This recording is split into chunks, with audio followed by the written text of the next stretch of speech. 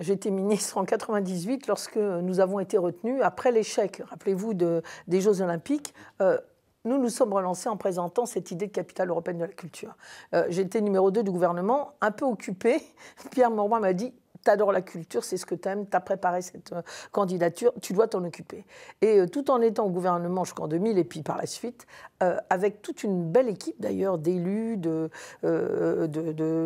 et de femmes de culture et de chefs d'entreprise, nous avons préparé l'île 2004, qui ensuite s'est poursuivie autour de tous ceux qui sont là, autour de Didier Fusilier notamment. Pour moi, ce qui a été formidable en 2004, c'est d'abord la fête du premier jour.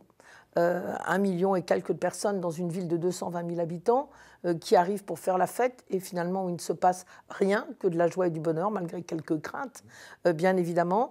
Et surtout le fait qu'on a réussi à mettre des fondements pour que 2004 ne retombe pas. On a créé les maisons folies, l'éducation artistique dans les écoles, la volonté d'agir, et ça tout le monde nous en envie. Toutes les institutions, les grandes institutions, que ce soit le LAM, le musée des Beaux-Arts, les théâtres, l'opéra, comme les associations culturelles, comme les artistes, tout le monde est dans un même bain.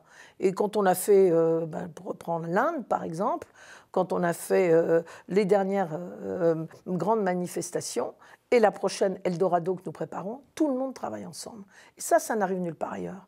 Et ça, il faut vraiment être dans une métropole comme Lille, où l'esprit des Lillois, d'ailleurs, enfin, quand je dis des Lillois, je parle des métropolitains, se réunir quand on fait de grandes choses. Et cela, c'est formidable. Et toutes les villes n'ont pas cela. Ça sera ce même esprit qui animera la capitale mondiale du design. Absolument. C'est une idée de Damien Castelin que j'ai été très heureuse d'accompagner avec lui en montrant les exemples lillois. Et aujourd'hui, à Lille, comme je l'imagine dans toutes les autres villes, nous réfléchissons au design dans chaque décision que nous prenons. Nous sommes en train de refaire, avec la métropole et la SNCF, les 2 places devant la gare. Nous disons, quel banc va-t-on mettre ?